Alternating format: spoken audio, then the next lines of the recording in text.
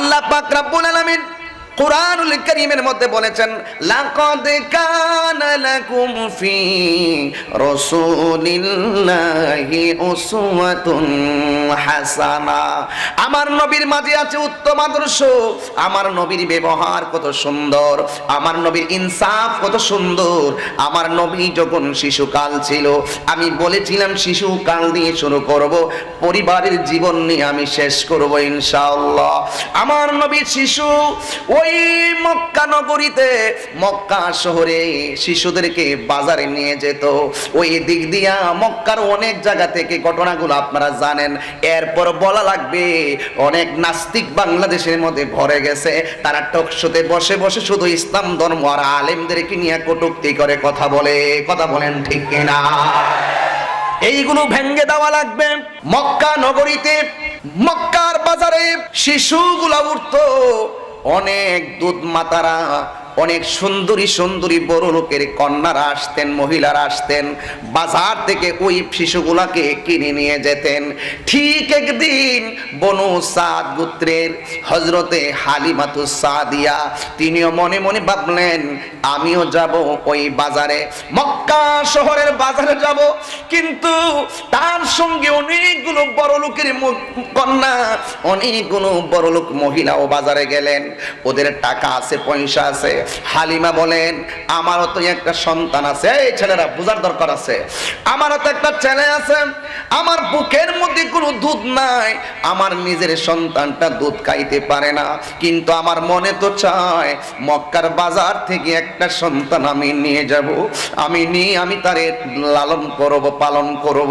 এই কথা মনে বড় বুক বাঁধা আশা নিয়ে যখন বাজারে যাবেন, কিন্তু হযরতে হালিমাতুস সাদিয়া যে পুষ্টিটা নিছে, যেই বকরিটা নিছে, এটা একেবারে যেই ভেড়াটা নিয়ে গেছে একদম দুর্বল। এই দুর্বল বেড়া লইয়া আর দুর্বল উষ্টিটা লইয়া গেল, কিন্তু উষ্টির স্তনের মধ্যেও কোনো দুধ নাই। আমার উষ্টিটা হলো দুর্বল, আমার সন্তানের পেটের ভিতরে কোনো খাবার নাই, রাতের বেলা খাবারের জন্য ঘুমাইতে পারে নাই। আল্লাহু আকবার বলেন না কেন? আরে বাবা, নবী তো মুজিজা দেখাইছে অনেক পরে, কিন্তু আমার নবীর শৈশবের ভিতরে যেই খেলাগুলা শুনো, আমার নবী আপনার নবী বাজারে, কিন্তু ওই হযরতে হালিমাতুস সাদিয়া তিনি বাজারে গেলেন। যাওয়ার পরে উনার যে বাহন ছিল খুব দুর্বল, আর উনার সন্তানটা দুধ পান করতে পারতেছে না, কারণ হালিমার স্তনের মধ্যে কোনো দুধ নাই। স্বামীকে বাজারে নিয়ে গেলেন, কিন্তু ছেলেটা নিজের বাচ্চাটা রাতের বেলা ঘুমাইতে পারে না। ওই মুহূর্তে বাজারে যখন গেল, বাজারে যাওয়ার পরে আমার নবীর বরাবর কোনো বড় লোক মহিলারা যায় না, আর হালিমাও তার কাছে কোনো তৌফিক নাই কিভাবে কিনে নিবে। আর ওই দিক দিয়া বড় লোকের মহিলারা ওরা কাছে যায় না। আমার নবীরে দেখলেই তারা কি বলে জানেননি, কই এরে নিলে আমাদের কি ভবিষ্যৎ হবে, এই জন্য আমার নবীর কাছে তারা যায় না। ও যুবকের দল, আসলে তারা তো জানে না আমার আল্লাহ আসমান এবং জমিনের ধন ভান্ডারের চাবিগুলো আমার আল্লাহ নবীরে দান করেছে। আর আল্লাহু আকবার। ওরা তো জানে না আমার আল্লাহ রাব্বুল আলামিন খাজাইনুল আরদ, জমিনের ভিতরে যত খাজিনা আছে সবগুলো আমার নবীরে আল্লাহ দান করেছেন, কিন্তু আমার নবীরে বিভিন্ন ভাবে আমার আল্লাহ সাজাইছেন। এই জন্য যুবকের দল, ওই মুহূর্তে ওই মহিলারা আমার নবীর কাছে যায় না। ও সন্ন্যাটেকের বন্ধু, ও বন্ধুরি আমার, যদিও কথাগুলা কমন, এটার ভিতরে অনেক হাকিকত আছে, প্রমাণ দিয়ে যাব। আমার নবীর ইনসাফ, আমার নবীর চরিত্রের ভিতরে সবচাইতে বড় একটা চরিত্র হলো আমার নবী ছিলেন ইনসাফওয়ালা। আজকে আমাদের মধ্যে কোনো ইনসাফ নাই, আমাদের মধ্যে বিবেক বিবেচনা নাই। সব মহিলারা সুন্দর সুন্দর বাচ্চাগুলোকে নিয়ে গেল দুধ পান করাবে, কিন্তু হযরতে হালিমাতুস সাদিয়া তিনি একা হয়ে গেলেন, উনি কাউকে নিতে পারে না, সবাইকে নিয়ে চলে গেল। হালিমা বলেন, আমি একা হয়ে গেলাম, কিন্তু আমি দেখলাম শুধুমাত্র একজন সন্তান ওই বাজারের ভিতরে বসে আছে।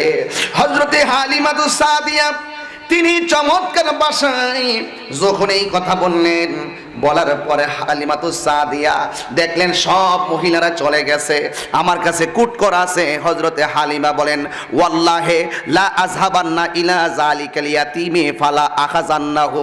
হযরতে হালিমা বলেন, ও স্বামী, আল্লাহর কসম করে বলি, সবাই যদিও চলে গেছে, আমি দেখতেছি একটা ছেলে এখানে বসে আছে, এই ছেলেটার যদিও বাবা নাই, ফালা আখাযান্নাহু, আমি এই ছেলেটাকে নিয়ে যেতে চাই। আপনি কি বলেন? যেমন স্ত্রী তেমন স্বামী। উনি ডাক দিয়ে কয়, ক্বালা লা আলাইকা, ও হালিমা, তুমি যদি এই সন্তানটাকে নিয়ে নাও, আমি স্বামীর পক্ষ থেকে কোনো আপত্তি নাই। আসাল্লাহু আই আজআলা লানা ফিহি, আমার আল্লাহ রাব্বুল আলামিন, আল্লাহ রাব্বুল আলামিনের প্রিয়তম বান্দা হালিমাতুস সাদিয়ার স্বামী ডাক দিয়ে কয়, এ হালিমা, তুমি এই সন্তানটাকে নিয়ে যাও, কিন্তু আমার মন বলতেছে আমার আল্লাহ এর উসিলায় আমাদের মাঝে রহমত আর বরকত নাজিল করে দিতে পারি। আরো জোরে বলতে হবে আল্লাহু আকবার। আমার আল্লাহ রহমত এবং বরকত নাজিল করতে পারেন। এরপরে হযরতে হালিমা এই সন্তানটাকে নিয়ে নিলেন। হযরতে হালিমাতুস সাদিয়া এই সন্তানটাকে নিয়ে রওনা হয়ে গেলেন। যেই মাত্র তিনি বাড়ির মধ্যে গেলেন, বাড়ির মধ্যে যাওয়ার পরে যেই মাত্র সন্তানটাকে কোলের মধ্যে নিয়ে গেলেন, হযরতে হালিমা সকালে যখন হয়ে গেল, সকাল হওয়ার পরে ডাক দিয়া কয়, স্বামী গো, ও স্বামী, দেখছেন নি আমার স্তনের ভিতরে কোনো দুধ ছিল না, আমার সন্তান এই হযরতে মুহাম্মদুর রাসূলুল্লাহ সাল্লাল্লাহু আলাইহি ওয়াসাল্লামকে যখন আমি নিয়ে আসলাম, আমার স্তনের ভিতরে দুধ জমে ভরপুর হয়ে গেছে।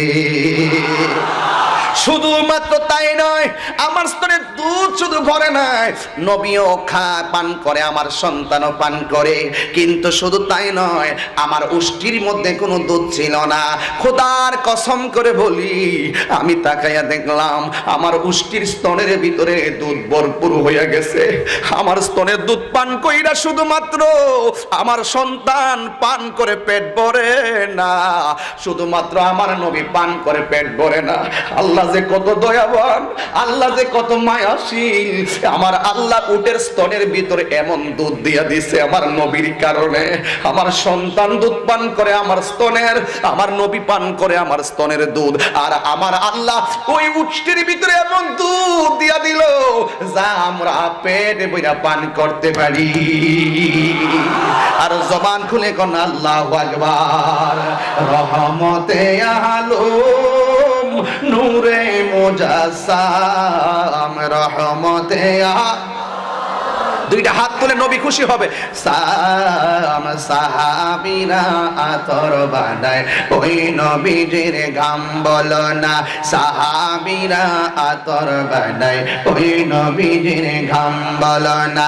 রহমতে আলম নূরে মুজাসসাম, রহমতে নূরে মুজাসসাম, সাহাবীরা আতর বানায় গাম বলো না, সাহাবীরা আতর বানায় ওই নবীজির গাম।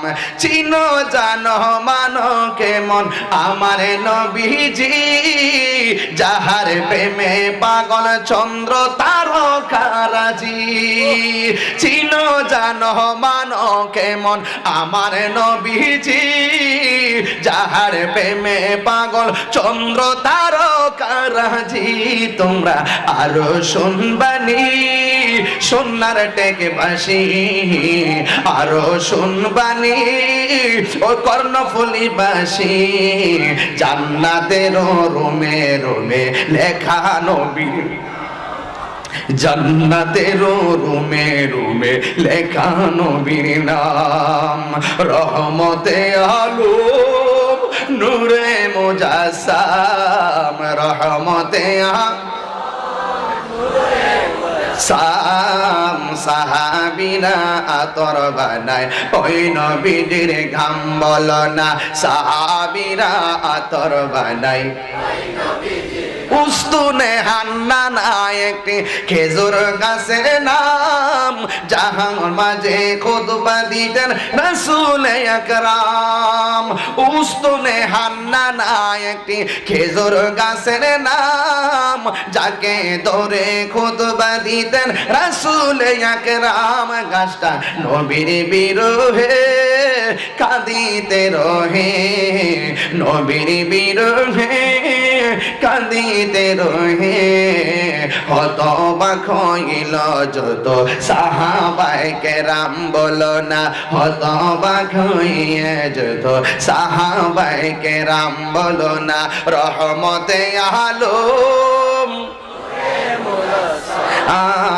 রহমতে আলম নূরে মুজাসসাম।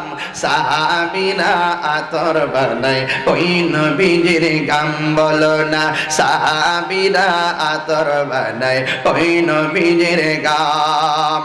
একটা জবানও বন্ধ রাখবেন না, চিৎকার মেরে কন্যা ইয়া রাসূলুল্লাহ।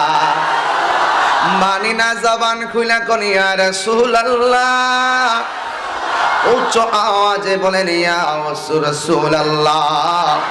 আমার নবীজি হায়াতুন নবী, কোনো সন্দেহ আসেনি।